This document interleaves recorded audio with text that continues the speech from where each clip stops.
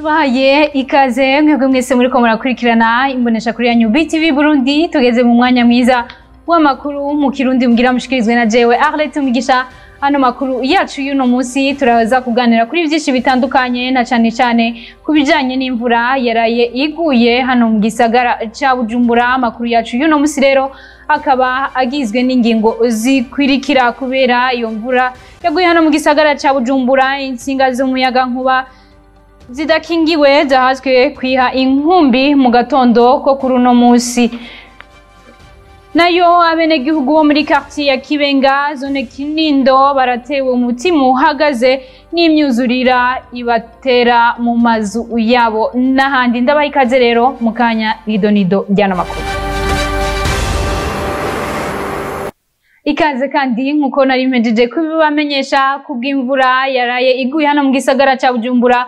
Ibitari bike vyononekaye harimo n'insinga z'amatara zidakingiwe neza zahazwe kwiha inkumbi mu guhitana umupfasoni yaraciye aho izo nsinga zitumbereye ahegereye ibitaro ukira. Ndabasabe dukurikirane iyo nkuru.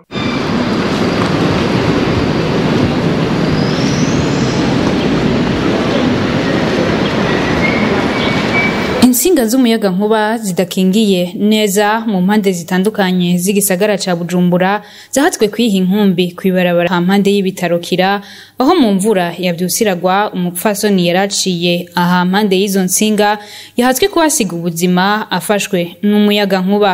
Abarangurira imirimo ahegereye ahabereye iryo sanganya batumenyesheje ko izo nsinga zama zihaye inkumbi kuko zidakingiwe neza. Rimwe na rimwe nyene biratera agisida kuko nk'izo nsinga nyine zurumva hari aho usanga nyine zurumva ziteye ubwoba, hari aho usanga ziri hejuru izindi ziri mu kuzimu, hari aho usanga urumva ziri mu binogo ugasanga nta nuko babifurira. Twoshima Imana ko uwo mukenyezi yoba gihema ko ndavyumvise, ariko mu bisanzwe ingwane zizi nsinga ni henshi ko naje nageze guhakwa ahantu bari bampaye akara kugira ngo nkatigazo nkatamashugwe hamara nsanga rero nyamashugwe nyantuzi nyansinga zira ahantu zihagaze gusa iyo nta Imana irakinga nazi kuzihonja ko naca ngenda. Bagasaba leta n'ishirahamwe Regide zo gutunganya neza izo nsinga zikingigwe kuko atari uko abazohasiga ubuzima bazoba benshi. Ico novuga nshimikira ko kandi nongera nsaba leta ko yokora ibintu vyiza kandi kabona ko bose dupfuye kuba kurunganwe rumwe kuko ndetse no ngaho hanze basha kuba no mu mazu ugasanga abantu baragize pane barahereye mu mazu kwana kubera iki kubera urwangara rw'ivyo bintu. Kareje bakira bagikora amatara wasanga insinga zikamye neza cyane gose ziriko n'ivyuma kugira ngo igice naho kuca kwisuka nticacika. Ngaho no munsi uravye usanga ikintu kija mu kuzimu ugasanga ni plastiki usanga no kuri bisiga ubwenge cyane. Aho habereye iryo sanganya tukaba twashitse umushikiranganje ajejwe amazi amasoko ntanga nguvu ubutare n'agataka Ibrahim Uwizeye ahejeje kuhava.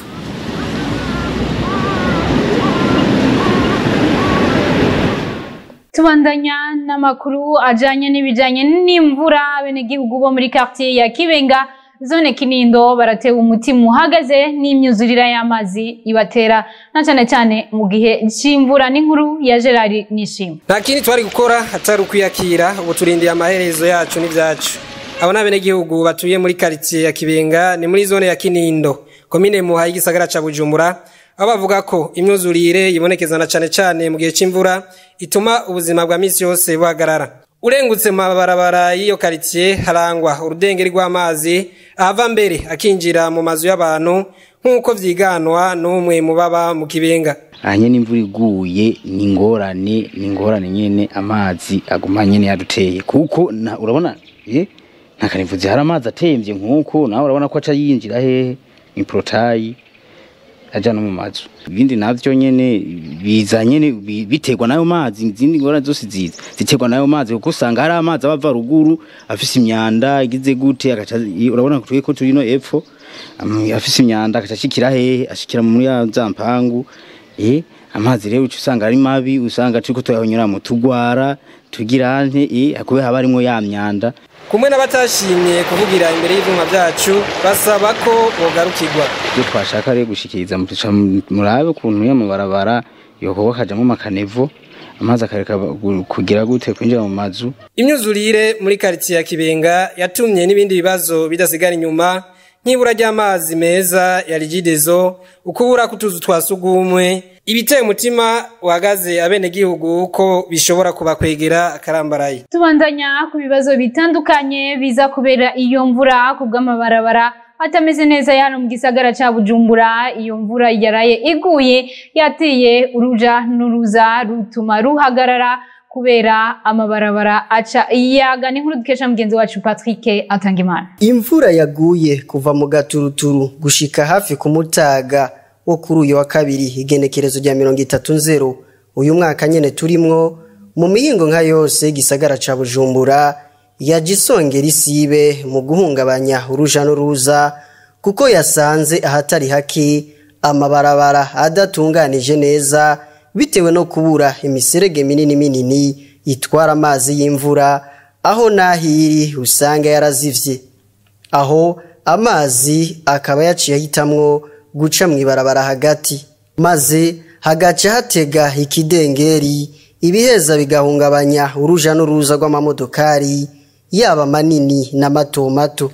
Akarorero aho twaciye kw'ibarabara ryitiriwe Melchior Ndadaye mu makaritiye Asiatique na Industriel na cane hafi y'ihinguriro ry'ibinyobwa Brarudi, amazi yari yateze mw'ibarabara hacitse ikiyaga, imodokari zihakwa gusoma nturi. Ivyo bikaba bimaze kwibonekeza akatari gake ahenshi mu mabarabara atari make agize igisagara ca Bujumbura. Igihe cose imvura iguye ari nyinshi canke ikagwa mu mwanya munini, umuntu akizera ko mwiki gihe ishirahamwe rijejwe kubaka no gusanura amabarabara mu Burundi, Agence Routière du Burundi mu gifaransa ARB mu mpfunyapfunyo, risanzwe riri mwisekeza ryo gusanura amabarabara yononekaye mu gisagara ca Bujumbura, ryoheza rigakemura n'iki kibazo ubona ko naco kiri mu bihungabanya uruja n'uruza. Tubandanya n'amakuru yacu kubijanye n'isuku, ngo nubwo bariko barazibura imiserege yo muri quartier ya Buyenzi ngo baracafise ikibazo c'utuzu twasugumwe.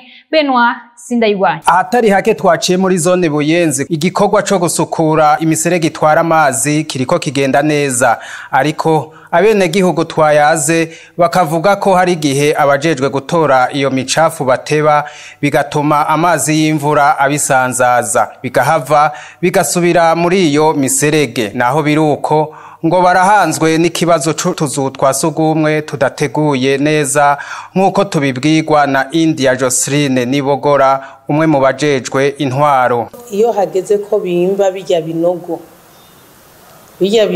ntibashobora gushikira ku ntambwe ya ndende, kuyo bagiye kwimba cane haduga amazi, hamaze rero kuduga amazi bica bisaba ko bimba hagufi. Niyo mpamvu mwumva amatwarete yo mu Buyenzi kenshi aba yuzuye. Aho rero turafise n'ikindi kibazo c'abajana ababegereye amazu ya ntahangwa, barafise defo yuko babisunikira mu ntahangwa, ugasanga bafise amatiyo yo mu ntahangwa. Hama ku kindi kibazo naco kijanye n'umucafu, turafise ishirahamwe riyora umucafu, ariko rero hariho ukuntu bagiye bakozi babo baza bakabakura bakinjira mu mpangu kabwira basohora ubucafu, bigashika imodoka ikuzurira hagati batahejeje ibarabara ryose. Hari igihe biraraho, iyo rero birayeho birasanzara, hari n'igihe ibidoma birengana bigashaka kumenya ibiri muri irya mifuko. Bagasaba leta ko yobafasha mu kuzibura imiringoti isanzwe itwara amazi ikunda kuziba. Nuko yo tushikirira ikigobuha bakazibura, ko turafise ibirogare bikura umwanda za Nyakabiga za Bwiza, bica vyikonekta bikamanuka no muri zone Buyenzi, n'abanyabuyenzi bagaca bikonekta kuri ivyo nyene, bigaheza bigatwara umwanda mu buterera aho utegerezwa kuja. Ubu hageze aho usanga n'amazirantoke yasesetse mw'ibarabara, basanga nyene niho umwanda uhereye no guca ubonekesha ishusho nabi ya Buyenzi. Ngo nubwo abatari bake bahamagara zijya modoka za setemu zigapakurura utuzu twasugumwe tuba twuzuye, ngo hari n'abandi bikika mukiza imvura iguye bakajana uwo mwanda mu miserege. ndabasabe imbere yuko tubandanya amakuru yacu tubanze dukurikirane ibihayanisho biraje vyihuse. Ganza TV yitwa Ganza TV kuri Star Times. Ama championnat Bundesliga.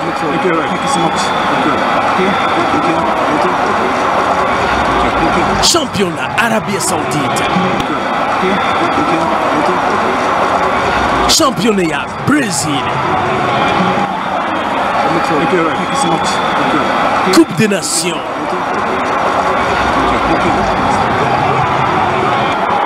Ama documentaire kuri Star Times hamwe n'amaserial novela.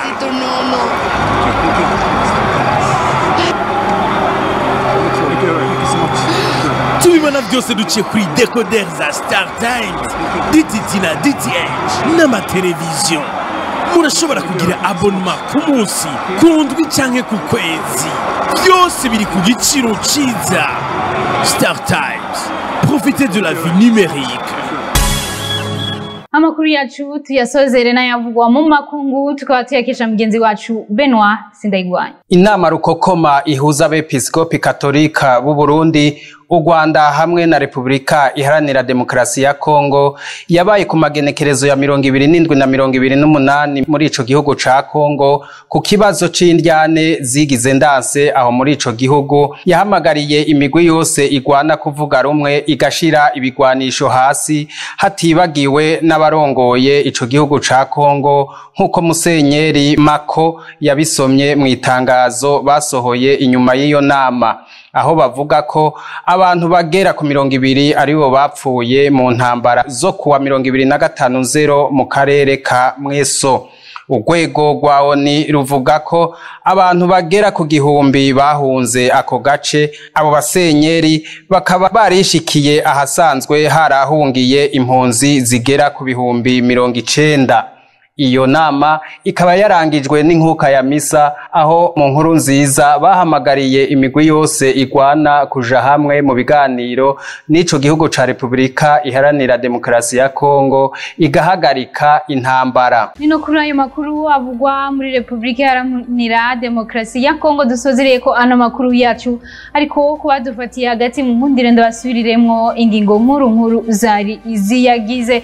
Kubw'imvura yarayiguye hano mu gisagara ca Bujumbura, insinga z'umuyaga nkuba zidakingiye zahatswe kuwiha inkumbi muri kano gatondo mu guhitana umupfasoni yaraciye ayizo nsinga ziri. Nayo abenegihugu bo muri quartier ya Kibenga zone Kinindo baratewe umutima uhagaze n'imyuzurira ibatera na cyane mu gihe c'imvura no mu mazu yabo.